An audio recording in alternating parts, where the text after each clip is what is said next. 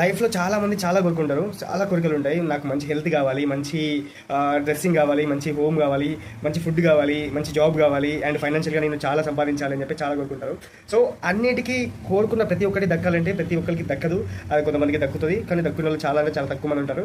So ఎందుకు చాలా తక్కువ మంది ఉంటారు, ఎందుకు దక్కని వాళ్ళు చాలా ఎక్కువ మంది ఉంటారు అంటే, సో ఎవరైతే కోరుకుంటారో, ఎవరైతే వారు కోరుకున్న దానికి ఒకటి మనకు కావాలి అంటే ఇంకోటి వదులుకోవాలి.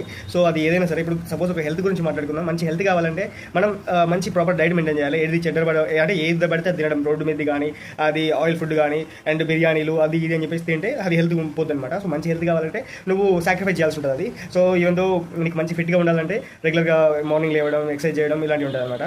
సో అంటే ఇక్కడ మనం నిద్రను సాక్రిఫైస్ చేస్తున్నాము. సో ప్రతిదీ ఒకటి ఇంటర్లింక్ అయి ఉంటుంది. సో నువ్వు మంచి చదవాలి అంటే, మంచి పొజిషన్కి రావాలి అంటే మంచి చదవాలి. సో దీనికి టైం కేటాయించాలి. నువ్వు ఎంటర్టైన్మెంట్గా రీల్స్ చేసే టైంలో చదువుకుంటే నీకు మంచి ఫ్యూచర్ ఉంటుంది అనమాట. సో ప్రతి ఒక్కదానికి ఒకటి ఉంటుంది. సో ఎప్పుడైతే నీ లైఫ్, నీ ఎమోషన్స్ లైక్ తినడం కానీ, పడుకోవడం కానీ, ఏదైనా మాట్లాడడం కానీ ప్రతిదీ నీ కంట్రోల్లో ఉంటే నువ్వు అనుకున్నది తప్పక సాధిస్తావు. ఎందుకంటే ఇవన్నీ కంట్రోల్ ఉన్నప్పుడు ఆటోమేటిక్గా నీకు ఒక మనశ్శాంతి అనేది అలవాటు అయిపోతుంది అనమాట. సో మనశ్శాంతి అంటే